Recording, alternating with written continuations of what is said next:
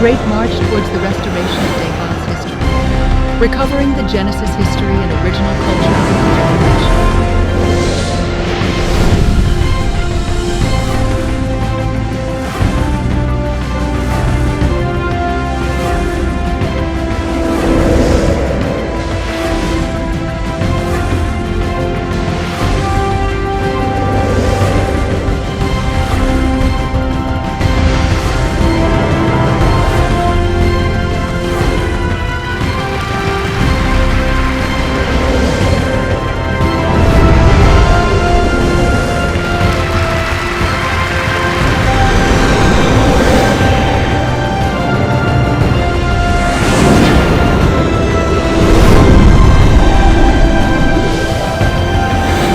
Hwandangogi Book Concert. Korea opens the history of Radiance of Heaven and Earth.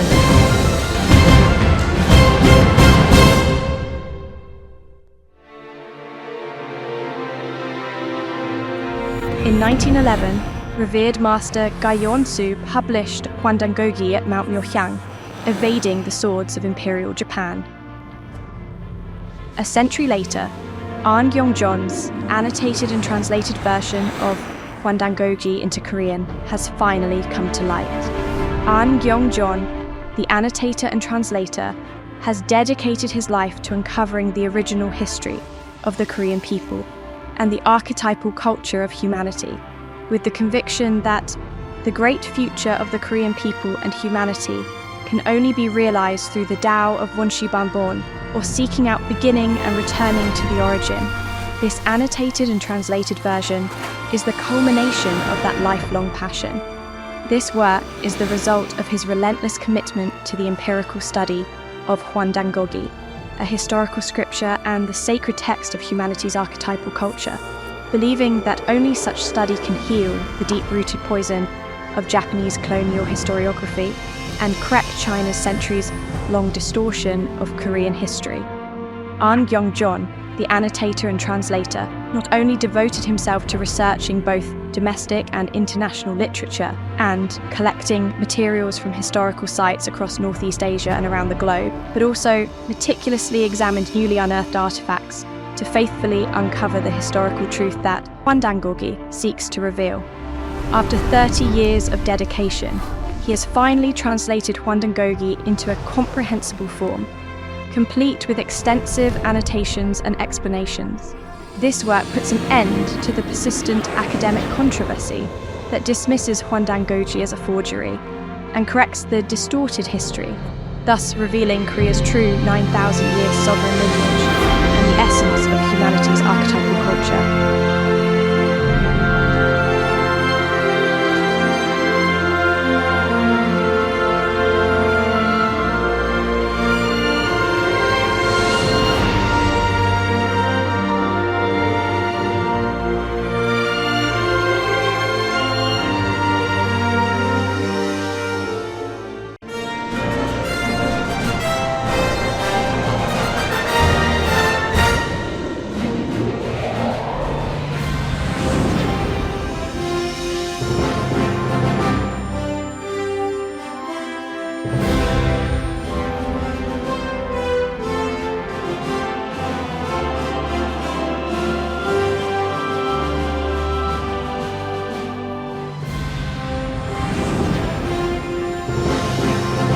The history of Korean immigration, 110 years. 181 nations worldwide, 7.01 million people in total.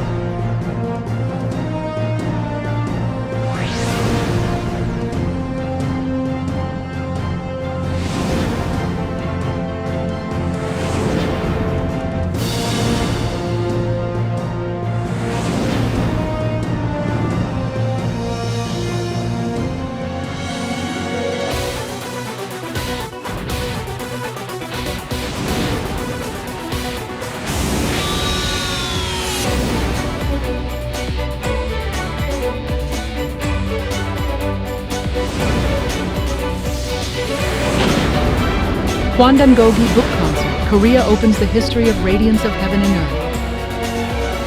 한인 이민사 110년 만에 최초로 This historic first event marks a new beginning in sharing Korea's root history, aiming to help Korean residents and youth reconnect with their heritage and cultural pride. This book concert aims to promote understanding of Korean history and culture, serving as a key part of the cultural movement. One of the most serious issues of all is the issue of South Korea's history.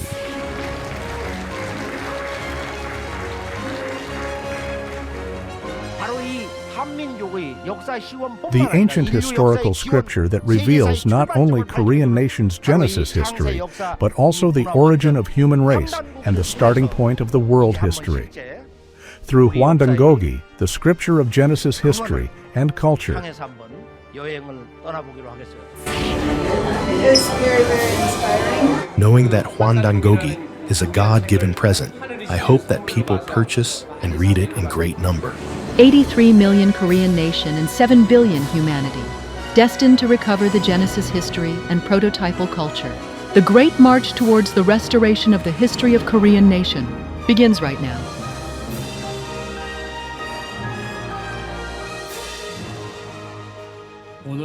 Today's event of history and culture is not ordinary one, but I'm confident it will be a great historical turning point, through which a new history and civilization of Korean nation and humanity begins. Hwandangogi contains the spirit of the everlasting history of Korean nation, as well as history, truth, and wisdom of humankind, the world over. I think it is one of the greatest treasury that human race has ever borne. To An Gyeongjeon, respected translator and annotator of this invaluable Hwandangogi in full version, expressing my deepest gratitude, I sincerely welcome his visit to the United States. Upon retrospecting the history of humanity, I think there are visible power and invisible power. Typical examples of the visible power are political power, economic power, and military power. The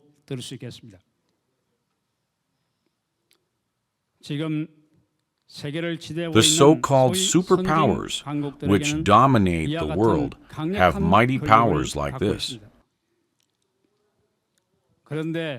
There are, however, invisible power, which can cultivate and grow military, economic, and military power. Retrospecting human history, the one of most important invisible powers is the historical spirit and cultural power. I'll call this simply the history power. Reviewing the history of Asia, the Qing dynasty of China, which was built by the Manchurian and Korean, was toppled helplessly by the Han Chinese, who were equipped with the weapon of Sinocentrism, the Chinese-centered history power. Today, upon looking into the region northwest of Korean Peninsula, Han Chinese are trying to dominate Korean Peninsula by dint of history power called Dongbae Gongcheng. Upon looking into the region southeast of Korea, Japan are trying to dominate Korean Peninsula by dint of history power called Kugoku Shikan. Reviewing the history of humankind, ultimately, those who are able to control the history power are to control the world. Looking into the structure of power the world over, the Roman Catholic, the dominant race of which was the Latin, it established its Christian historical view through the book City of God by St. Augustine. And this played an essential role in the shaping of the dominance of Latin people over the world.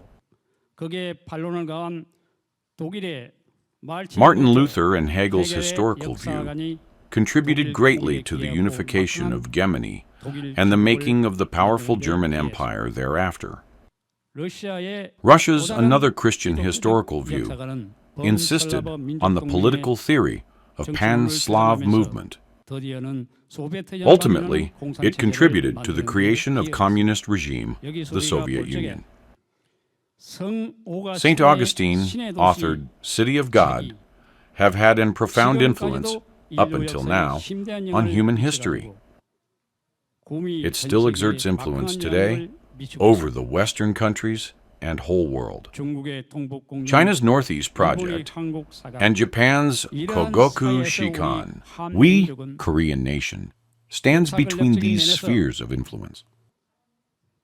From the perspective of history power, Korean Peninsula has emerged as the buffer and conflict zone where the superpowers converges from the east, west, south, and north. Retrospecting the history of humanity up to now, mostly the theory of history powers that supports the mutual conflict has been the dominant voice. However, the great spirit of history that evidently pervades Hwandangogi is Hong-ik. Hong-ik includes freedom, equality, love, benevolence in it. It embraces the great thought of universal truth. I am not separated from the universe. Sangseng and Hong-ik are indeed the essential thought of Hwandangogi. The great spirit of history is evidently working. Sisters and brothers, what do you think is the purpose of your existence on earth?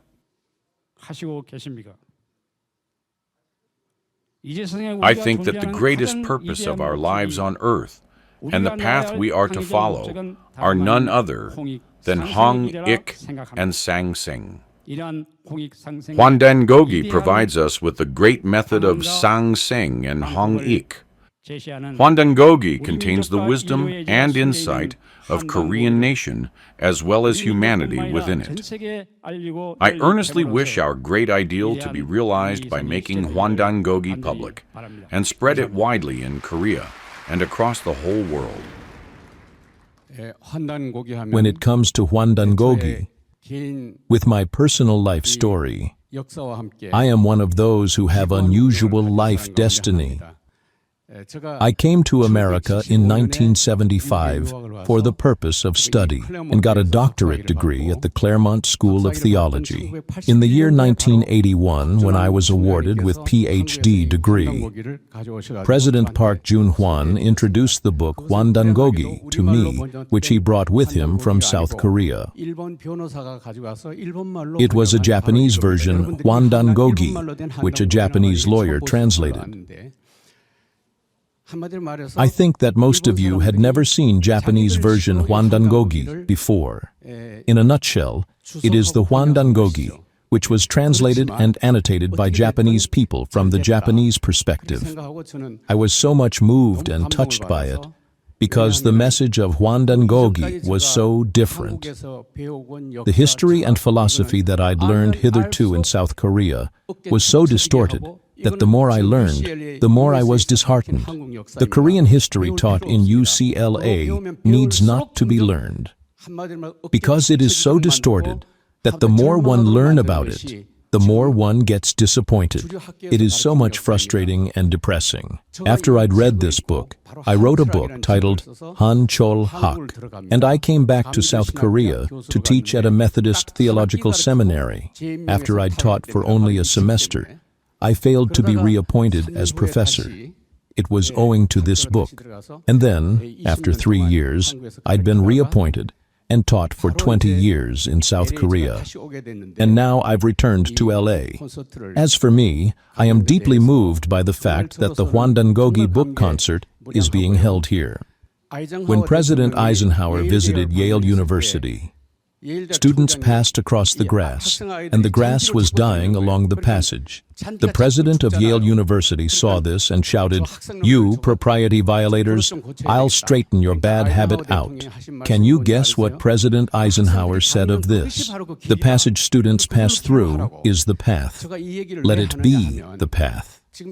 I am telling this anecdote because Hwandangogi has been disregarded by the mainstream circle of historical studies. I am the third president of Daeong Forum, but even the members of this forum are not willing to accept Hwandangogi. Few people walk the path that Hwandangogi is our true history. But if you visit the Kyobo bookstore in South Korea, you'll find that Hwandangogi is selling very well. What does this mean? It means that the number of people who follow the path of what Hwandangogi teaches is larger than that of people who follow the path of mainstream circle of historical studies. I've never seen a gathering of this scale since I came to LA. If we pass a certain place through over and over again, that makes a path. Fortunately, when I was serving as the third president of Daeong Forum, in those days, on National Foundation Day, we hold an inter-Korean academic meeting every year between North and South Korea. I would recommend North Korean scholars to conduct a research to find out whether Hwandangogi has the merit for historical studies. Based on their research, they'd proved that Hwandangogi, evidently, has the merit and authenticity for historical studies. On the contrary, South Korean scholars have not accepted it at all. Sisters and brothers, we should make a path. If we come and go frequently, then it becomes a path in history. So as for me, I wish to express my gratitude as well as my congratulations. I think that gamchuk, gratitude, congratulation, is the good word for this occasion. While the Korean word gamsa is from Chinese characters, the purely Korean word for it is gomapda. What is gomapda? It means to be worthy of gom. What is to be worthy of gom? Gom signifies God. So it means that you are worthy of God. You are as great as God. Thank you.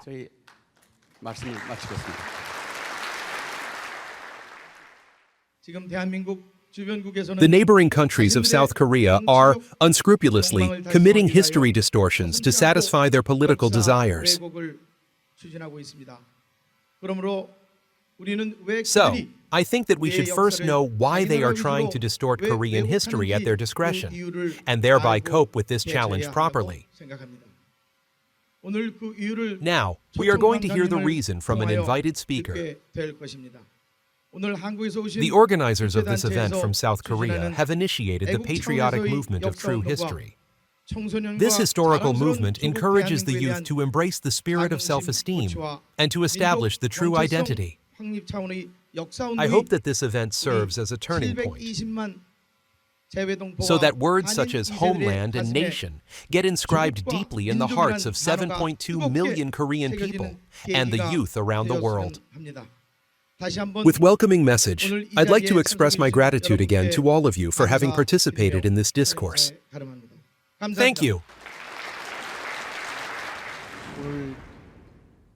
I convey my gratitude to those who made this conference of history and culture possible, which is for the benefit of Korean residents in America. My thanks goes to Honorable An Kyung-jeon and to those who made this event possible from the Korean Youth Federation, Dae Han Sarang. On the matter of returning to our root, residing in foreign land, we teach our youths to establish identity. According to the message of Honorable An Kyung-jeon, which said, "It is high time that we seek out the historical root and origin of our nation and re-establish ourselves as the nation that leads the world." I've been touched by the message very much. I hope sincerely that the community of Koreans abroad awaken to the renewed understanding of their own history, keep ascending to the new height of prosperity. Thank you. Praising his passion to recover the Korean history and his lifelong dedication to the mission, I'd like to introduce Honorable Translator and Annotator of Hwandangogi An Kyung-jeon to you.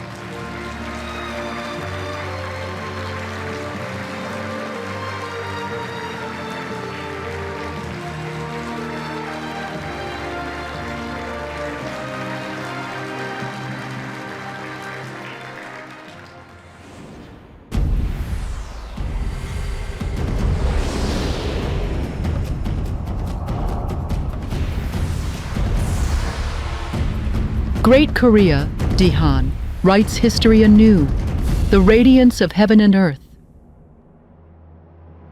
This program, consisting of 3 parts, is from the Hwandangogi Book Concert by Honorable Translator and Annotator An Gyong-jeon, held in LA and New York City, USA. This day, celebrating the 100th anniversary of the publication of the Hwandangogi,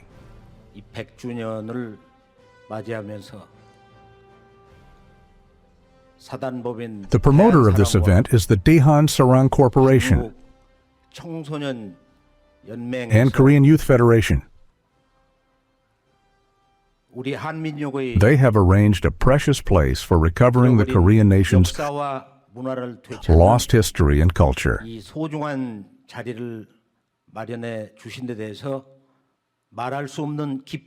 Experiencing indescribable joy, I'd like to convey a message of gratitude to them.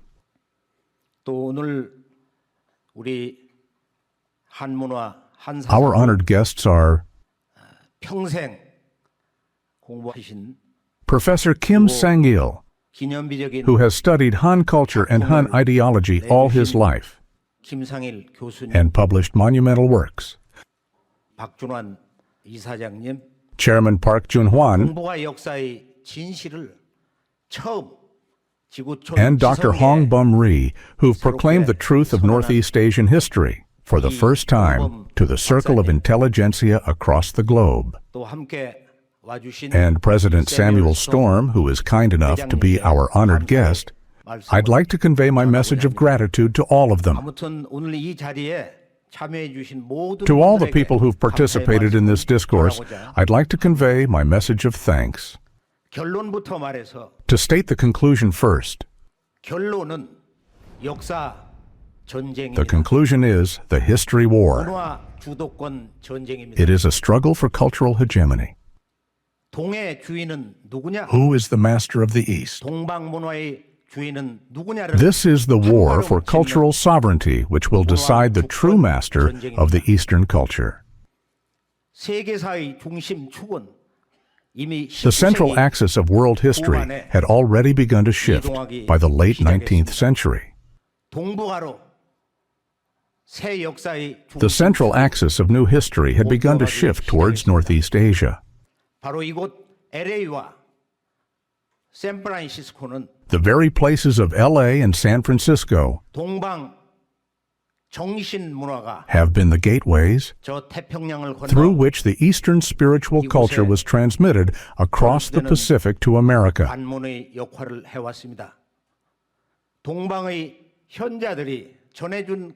What is the final conclusion of the noble messages delivered by Eastern sages? It is the real I, the true self. Discover who you really are.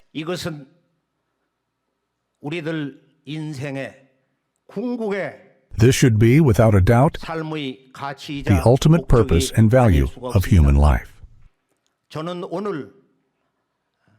Today, to Korean residents in America, and to all those from across America who have come to this meeting, spending their precious time, to all of them, I'd like to deliver a message about the quintessence of Eastern culture and history, which has only recently been introduced to the U.S. and the Western world. However, one of the most significant problems in human history is that the truth of the history of Northeast Asia and the Genesis history of the Korean nation and all humanity have been wrongly understood by the people of the world, even Koreans themselves. Although the central axis of history had already begun to shift 2 centuries ago, all humanity, even the Korean nation in the center, have misunderstood up until now the truth of history of Northeast Asia. When did world history, as well as the Genesis history and archetypal culture of the Korean nation of the Northeast, begin? The Hwandangogi, the only scripture of the original culture in the history of humanity, simultaneously reveals the truth. Briefly reviewing its essence, for the purpose of closing up the deep-rooted tension and historical darkness of Northeast Asia, and opening a door towards a new and truthful era of history. I wish that this meeting may serve as one of the most beautiful and critical moments in our lives. Great Korea, Dae Han, opens the history of radiance of heaven and earth.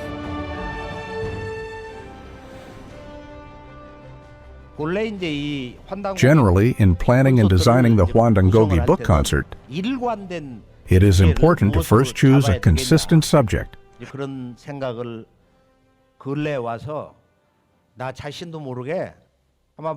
Recently, I contemplated unwittingly on this matter on what history's core subject should be.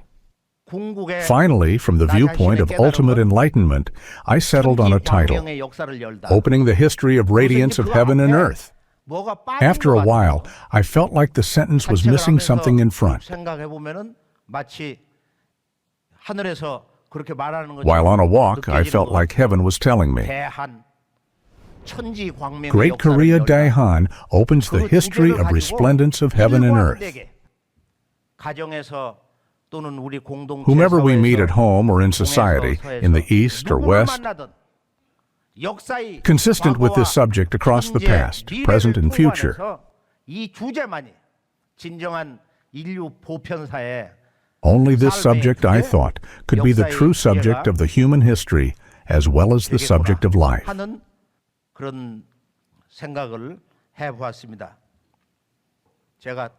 I've been living life as a hermit, in seclusion, all my life for several decades, in pursuit of the cultural and historical roots of the Korean nation. It has only been less than 100 days ago since I finally gave up my life of seclusion. Ever since the full version of the Hwandangogi was published last year, I have received requests from all across the nation that an easy-to-read version of the Hwandangogi for children, youth, and lay people be published soon. After finishing up this ongoing project, I exhibited them at a World Book Fair held at the COEX, Seoul. And now, in a way, I've got time to spare. After coming to America, people approached me with more serious recommendations, saying,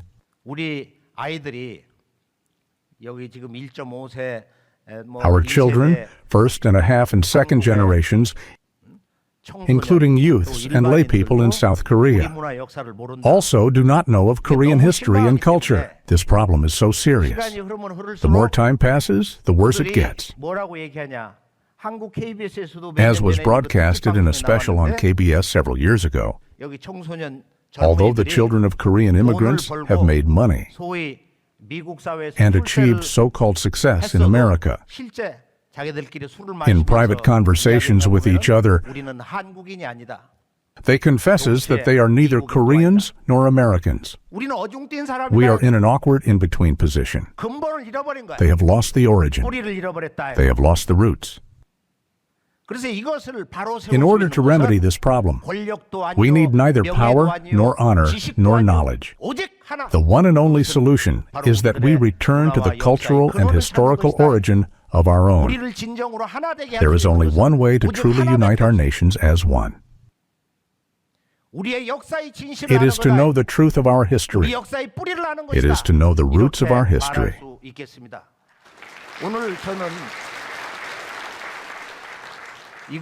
Now, here at the Place of New Hope, New York City, I've summed up my message in 3 parts. First of all, what is the current situation of Korean history?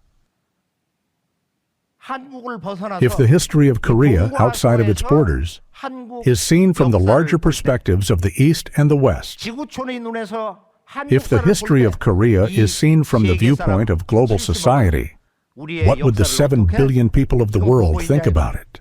How many years long is the history of Korea? That is taught in Korea, Japan, China, and the world over? How many years long is the history of Japan and China? These questions stir up our curiosity. The Korean scholars of history claim that Korean history is merely 2,200 years long in total, and they proclaim that Daegun Joseon is a myth. What the people of South Korea learn about their own history is that Gojoseon is a myth.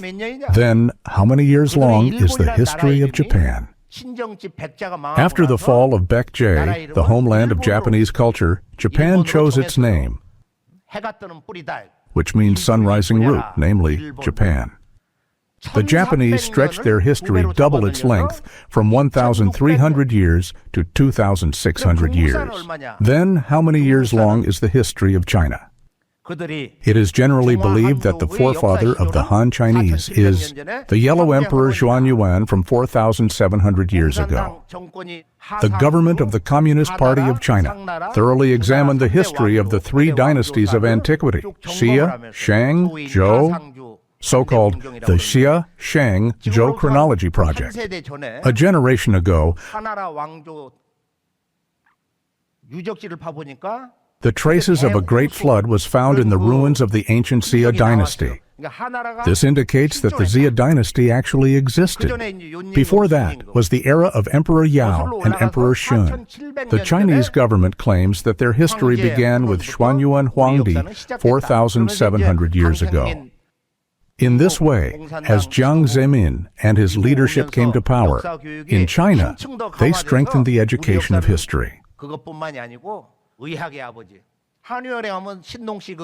They began to claim Sinong, the father of medical science, from 5,200 years ago into the history of China. Not contented with this, they also claim that Taiho Boki also is an ancestor of their nation. Even Chinese scholars and intellectuals agree that Taiho Boki, who drew the 8 trigrams for the first time, was not Han Chinese, but a person from the eastern land. Now it's been stretched further back in time 5,500 years ago. Meanwhile, a century ago, specifically in the 1920s, the so-called Hongshan culture, first discovered by a French archaeologist and further excavated, was found in the northeast of Han Chinese cultural domain, outside of the Great Wall. In that border region, the so-called Fifth Civilization was found, which is simultaneously called the Hongshan culture, Liu River Civilization, or Northern Civilization. It is also called the Bohai Coast Civilization, or just the Bohai Civilization. Right in this region, the ruins of the Genesis civilization of Northeast Asia suddenly emerged, dating back 5,500 to over 6,000 years. The gigantic site of the ancient civilization, as big as a soccer field, remained intact and in perfect condition. The remains of the archetypal culture history of Northeast Asia came to light in its entirety. Cheongmyo-dan, or stone tombs, goddess shrines, and altars, was unearthed. Over the last 90 years, the prototypical civilization of the global society has come into light. This is one of the most shocking excavations in the circle of historians and archaeologists of the 20th century. The mountains in this area look red because of the high amount of iron ore. The Chinese government was shocked. Why? Because while the dragon is the symbol of Chinese culture, the prototype of the dragon culture was discovered. The prototype of dragon culture, dating back over 7,000 years, came to light. And the phoenix culture was discovered simultaneously. Dragon and phoenix came into light together. Alarmed at the findings and falling back on a last ambitious resort, the Chinese government launched a national project to cut off the historical roots of the Korean nation. and thereby transfer control over it into the sphere of Chinese civilization. It is the so-called Northeast Project. A generation has passed since then, but the South Korean government and its mainstream circle of historical studies still go along with the Chinese claims. They conclude that Korean history is 2,200 years at the longest. Considering that the formation of states started from the outset of the Bronze Age, they say it could not exceed 2,700 years at best. It means that the history of the Korean nation is less than 3,000 years. But Chinese historians in the know unanimously say that the Yellow Emperor Xuanyuan, known as the progenitor of the Han Chinese people, the father of medical science Yomje Sinnong, were of Dongyi origin. For instance, you can find a shrine dedicated to Taeho Boki, built at a very grand scale at Hwayang County, Henan Province, signifying that they are the ancestors of humanity. When I visited that palatial shrine, visitors in great numbers from all across China filled the square in front of the shrine's gate up to the palatial main hall. Inside the hall, a gigantic golden image of Taeho Boki stood in grandeur, with the 8 trigrams drawn in front of his chest. These are all Dongyi people from the eastern land. Thus, even now, all knowledgeable Chinese history experts proclaim this unanimously. On the contrary, what is the level of historical awareness in South Korea? What is the current situation? Let us look into Japan, for instance. What is Japan's #1 national treasure? When you visit the Koryuji Buddhist temple, located in Kyoto, Japan, you can see a statuette called the half-seated Maitreya in meditation. German philosopher Karl Jaspers once said that the half-seated Maitreya in meditation is the perfection of art in its most exquisite form. It possessed a beauty so flawless it could only have been made by divine hands, not human. Both Eastern and Western, modern and antique, for 30 years around the globe. But he could not find a perfected form of art. Only the half-seated Maitreya in meditation transcended all. John Colville came to Japan to study the history of fine art and devoted herself to this field all her life. Afterwards, she came to South Korea with her son, Alan Colville, to study the history of Korean fine art, because the origin of Japanese culture and Japanese fine art is indeed Korea. She realized that the root of Japanese culture is none other than Korea. Then, do you know what South Korea's #1 national treasure is? It's common knowledge among Koreans. It is Sung Raemun Gate, that is, the well-known Namdaemun Gate. Then, what is Namdaemun Gate? Who decided this gate should be the #1 national treasure? It was decided by the exploration team of historic sites and scenic spots under the Government General of Korea in the 1930s. It is the gate through which the Japanese General Gato Giyomasa entered Hanyang, Seoul, in the wake of the Japanese invasion of Korea in 1592. It seems that it was like the Arc de Triomphe for them. So they allowed this to be Korea's #1 national treasure. And today, South Korea has adopted it without a second thought. Is there any politician who has a righteous heart when it comes to historical justice in South Korea? We can't help thinking about this issue. Since Korea was pressed to sign the Treaty of Ganghwa Island, an unequal treaty, in 1876. Imperial Japan, advancing into Korean Peninsula, brutally slaughtered 8 million Korean people.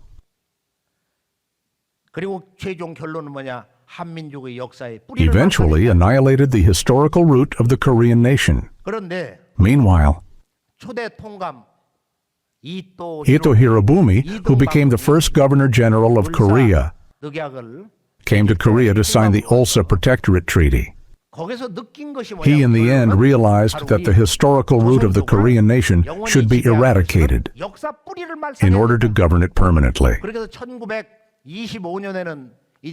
Then in 1925, to execute the task, by the special decree of Japan's emperor, he called for the Korean History Compilation Committee to be reorganized and elevated as an independent office. It then proceeded to rewrite the history of Korea on a full scale. Then, spending a large sum, the committee completed the book, The Korean History, consisting of 35 volumes, eliminating the ancient part of Korean history, eradicating the root of Korean historical origin. The committee wrote the book centered around the modern part of Korean history. It means that we did not write our own history with our hands. Our history was written by Imperial Japan, who destroyed the spirit of our land, history, and culture. But Koreans have reiterated the Japanese version of Korean history exactly as it was, like a textbook, and accepted it like an obedient kid. After independence from Japanese colonial rule, up until now into the early 21st century, the distorted history of Korea has been taught throughout Korea: elementary, junior high, high schools, universities, the military and private educational institutes. Typical distortions are: Dangun is a myth. Wiman Joseon succeeded Dangun Joseon. The Emperor Wu of Han, the seventh generation from Emperor Gaozu of Han, invaded Gojoseon and set up the four commanderies of Han, the so-called Leleng, Linton, Genfan, and Shuantu commanderies in the northern part of the Korean peninsula near Pyongyang. This is where they claim that Korean history began. Here are some of the main things they got wrong. We, the Korean nation, did not originally start our history as a sovereign state. We, the Korean nation, started our history as a Chinese colony. The history textbooks of elementary, junior high, and high schools had that Gojoseon was a myth.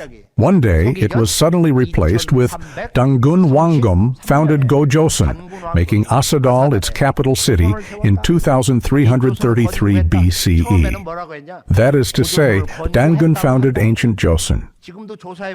These expressions are still found today in two different versions of history textbooks in South Korea. No matter what textbooks say, the official position of mainstream historians is that it's a myth. The Dangun myth. Are these really the words the so-called intellectuals in South Korea use when speaking about Korean history with such ignorance? How aware are South Koreans of their history? They say that Gojoseon is a myth and that Korean history is merely 2,000 years long. Even Japan, to which we, the Korean nation, transmitted advanced culture, has a 3,000-year-long history. However, 8 million innocent Korean people were massacred by Imperial Japan. According to The Bloody History of the Korean Independence Movement, written by Park Yun-sik, while two brothers ran across the field to hold a memorial service for their deceased father, Japanese soldiers discovered them and hacked them to pieces on the spot. They sliced open a pregnant woman's belly with a sword and murdered the fetus. 8 million Korean people were massacred, and in the process, the history of the Korean nation was obliterated. But the Korean nation has been caught up in the trap of its colonial history, in compliance with the historical dictates manipulated by mainstream historical scholars. The truth of history, the injustice of history.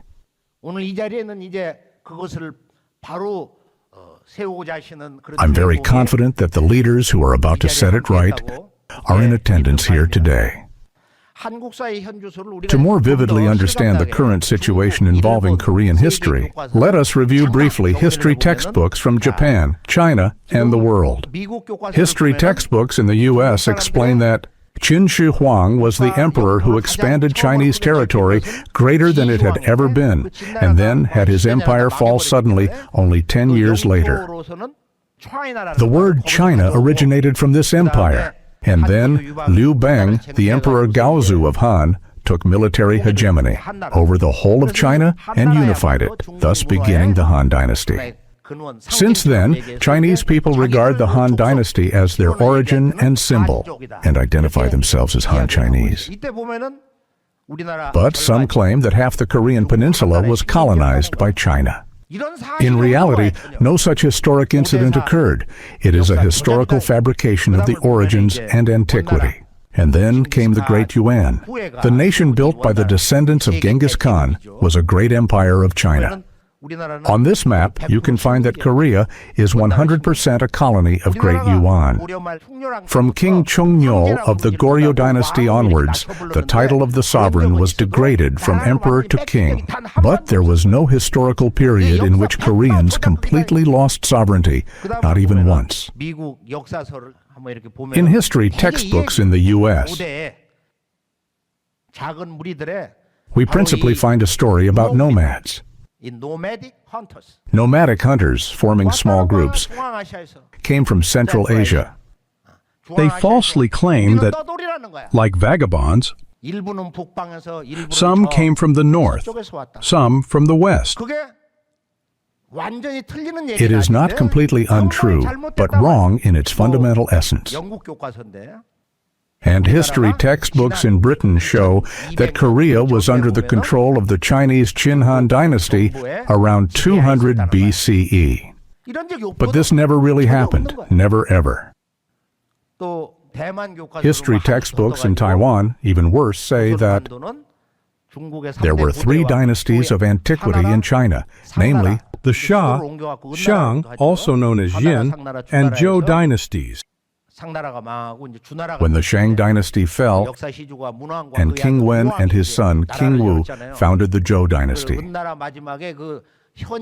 Jizi, one of the 3 sages from the end of the Shang dynasty, came to the Korean peninsula to civilize the barbarians and teach them to read and write. But in truth, Jizi had never come to the Korean peninsula, however.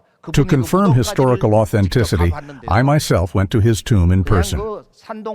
I found out that he'd roamed around the upper and lower regions of the Shandong Peninsula and died. That's all. In fact, it never really happened. Summing up the Chinese civilization and the Sinocentric view of history, let's take a look at issues surrounding the history of South Korea. Let us explore where Korean history stands today. Why is this Sinocentric view of history problematic? Each and every one of the 82 million people of the Korean nation, without exception, should pay attention to this matter and be aware of how serious it is. It takes over 2 hours by car driving quickly to the northwest from Beijing. Or it could take 4 hours, depending on traffic conditions. The place is Jeolu City. What kind of history education are the leaders of the Communist Party and intellectuals in China implementing to its 1.3 billion people?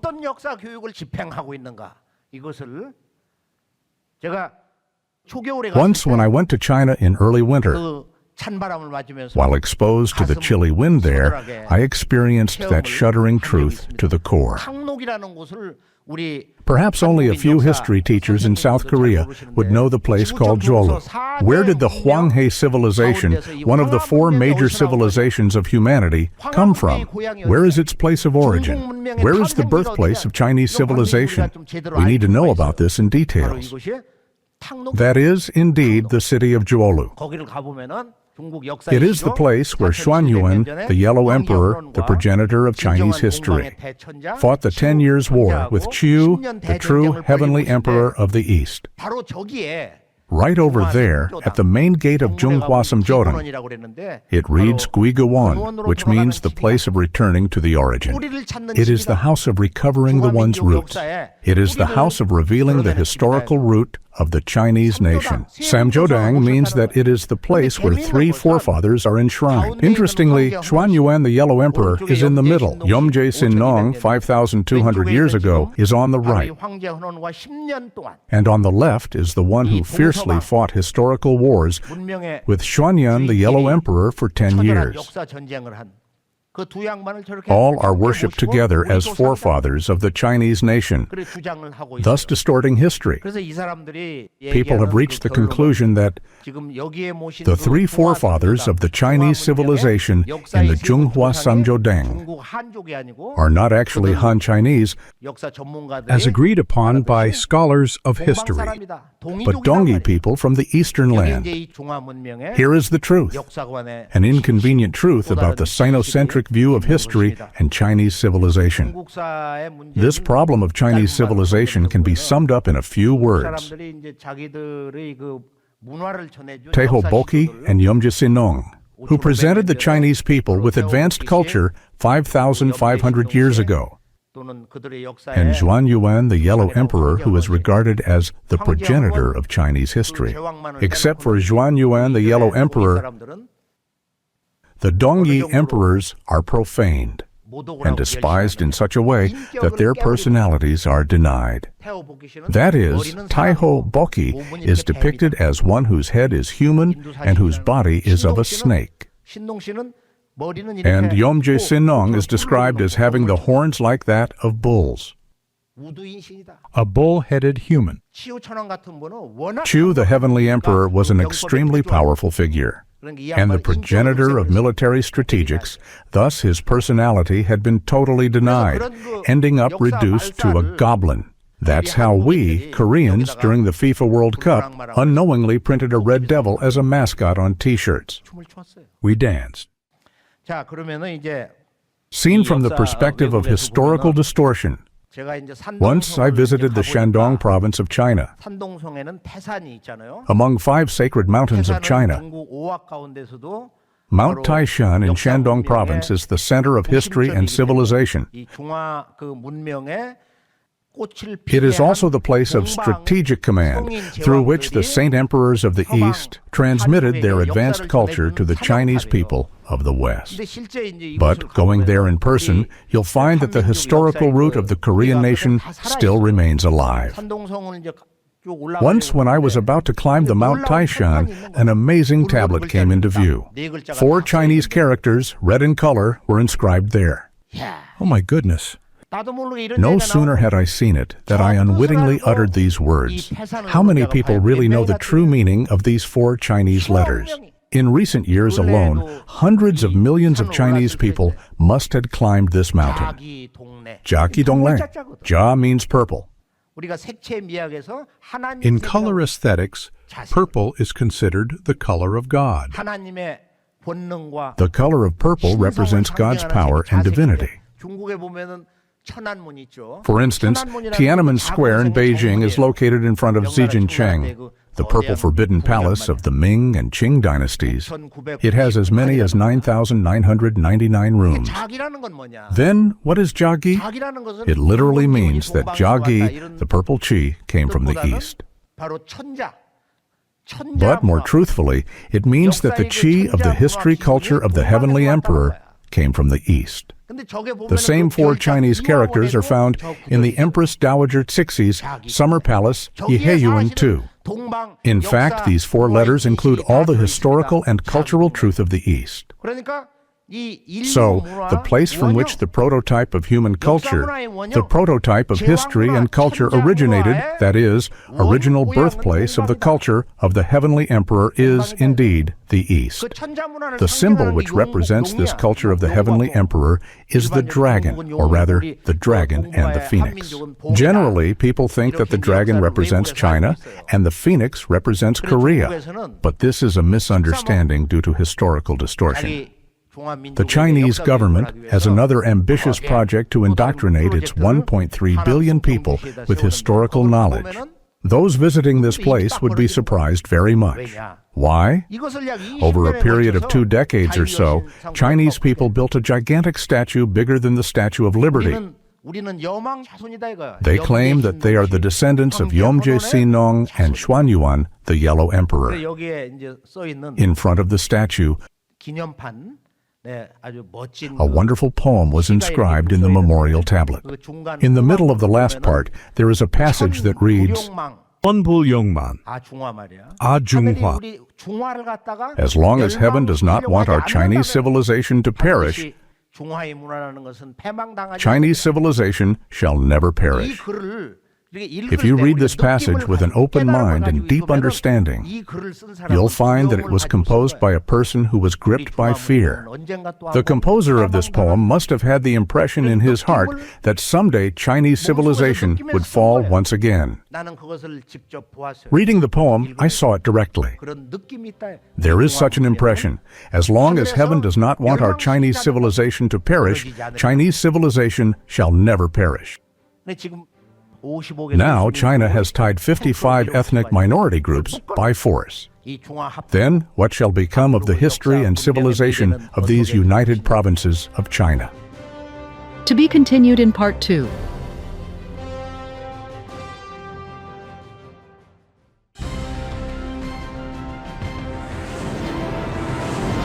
Great March towards the restoration of Dae Han's history. Recovering the Genesis history and original culture of the Korean nation.